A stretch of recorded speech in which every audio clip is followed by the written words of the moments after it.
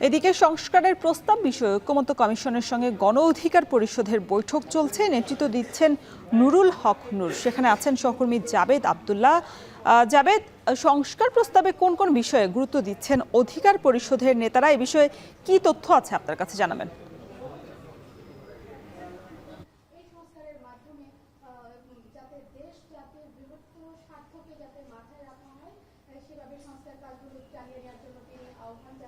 এবং একই সময়ে ঐকমত্য কমিশনের সহসভাপতি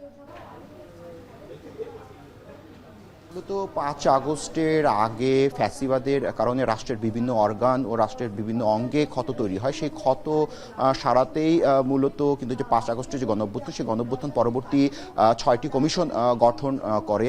পুলিশ সংস্কার, একই সঙ্গে আইন, বিচার, জনপ্রশাসন, নির্বাচন ব্যবস্থা সহ সংবিধান সংশোধনের মতো প্রায় 6টি কমিশন গঠন করে। তার মধ্যে একটি সংস্কার কমিশন নিষ্ক্রিয় ছিল। বাকি 5টি সংস্কার কমিশনে 166টি সুপারিশ নিয়ে জাতীয় ঐকমত্য কমিশন নানা রাজনৈতিক দলের সঙ্গে বৈঠক শুরু করে। তারই ধারাবাহিকতায় আজকে গণ অধিকার পরিষদের যে নুরুল হক নুরুর যে নেতৃত্বাধীন যে দলটি রয়েছে, তারই 10 সদস্যের প্রতিনিধির সাথে সকালে বৈঠক শুরু করেছে জাতীয় ঐকমত্য কমিশন। সেখানে আমরা মোটা দাগে যদি একটু বলা যায়, যেটি বলেছেন ঐকমত্য কমিশনের সহসভাপতি আলী রিয়াজ, তিনি বলছেন যে এই যে জুলাই আগস্টের যে চেতনা, সেটিকে আরো সুদৃঢ় করার জন্য বেশ কিছু মতামত সুপারিশে একমত হয়েছে রাজনৈতিক দলগুলো, এবং যে মতামতে সবগুলো রাজনৈতিক দল একমতে এসে পৌঁছাবে সেটির ভিত্তিতেই মূলত জাতীয় এবং জুলাই সনদ তৈরি হবে।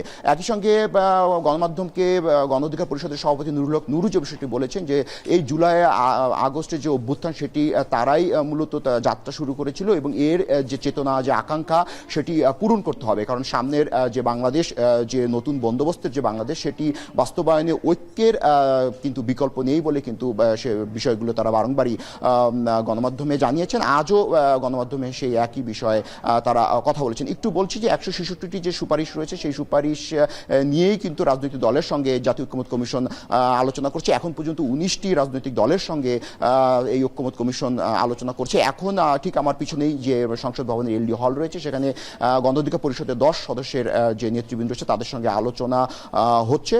সেই আলোচনায় কি বেরিয়ে আসে তা আমরা হয়তো বৈঠক পরবর্তী সময় জানতে পারবো। এর আগে একটু বলে রাখি যে পুলিশ, জনপ্রশাসন, আইন, বিচার, অন্যান্য নির্বাচন ব্যবস্থা ও সংবিধান সংশোধন যে কমিশনগুলো গঠন করা হচ্ছে, এই প্রস্তাবগুলো কিন্তু পরবর্তী যিনি এই কমিশনের প্রধান, অর্থাৎ অন্তর্বর্তী সরকারের যিনি প্রধান রয়েছেন, মাননীয় প্রধান উপদেষ্টা অধ্যাপক নোবেলজয়ী ডক্টর মোহাম্মদ ইউনূস, তার কাছে কিন্তু সেগুলো জমা দেওয়া হবে, এবং সেই পরিপ্রেক্ষিতেই কিন্তু পরবর্তী পদক্ষেপ হাতে গ্রহণ করা হবে বা হাতে গ্রহণ করা হবে। তো এই ছিল আমার কাছে সংসদ ভবন থেকে সবশেষ তথ্য।